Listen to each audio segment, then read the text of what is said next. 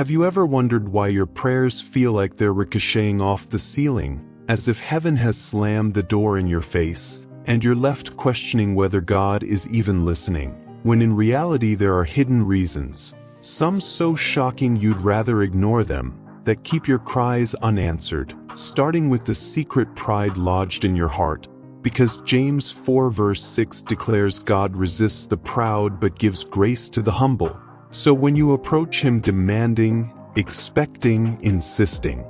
on your own timeline, you are unknowingly placing yourself in direct opposition to the very one you claim to trust. And this unseen barrier can choke the life out of even the most fervent prayers, yet that's only the beginning, because another reason your pleas remain hanging in silence is the unconfessed sin you've allowed to fester like a wound beneath clean clothes, convincing yourself that as long as you serve, as long as you tithe, as long as you look spiritual, God will overlook your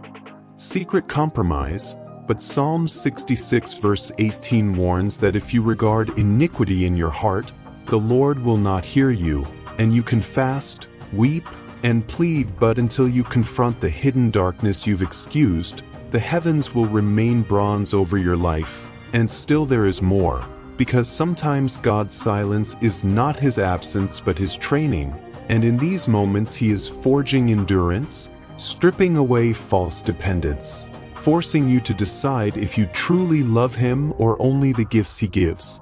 Just as he did with Job when every blessing was stripped away, and yet Job declared, "Though he slay me, yet will I trust him," exposing the raw devotion God longs to see in you. And perhaps the most startling reason your prayers seem unanswered is that you are praying for things that would quietly destroy you if granted, like asking for influence before you have the character to steward it, or pleading for relationships that would seduce you away from your calling, because in his mercy God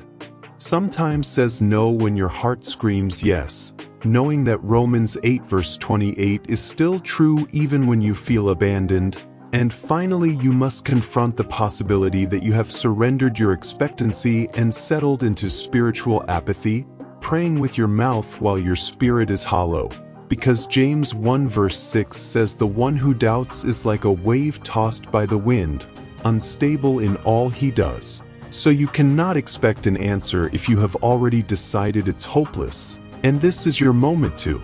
strip away the pretense, to lay down your pride, to confess what you hoped no one would ever see, to decide if you will trust God when he is silent, to believe that sometimes the unanswered prayer is the hidden evidence of his love, a fierce protection you never recognized, and to choose this day whether you will remain in the shallow water of convenient faith or dare to press into the depths where his voice is clearer than your fear, because until you face these truths without excuses, your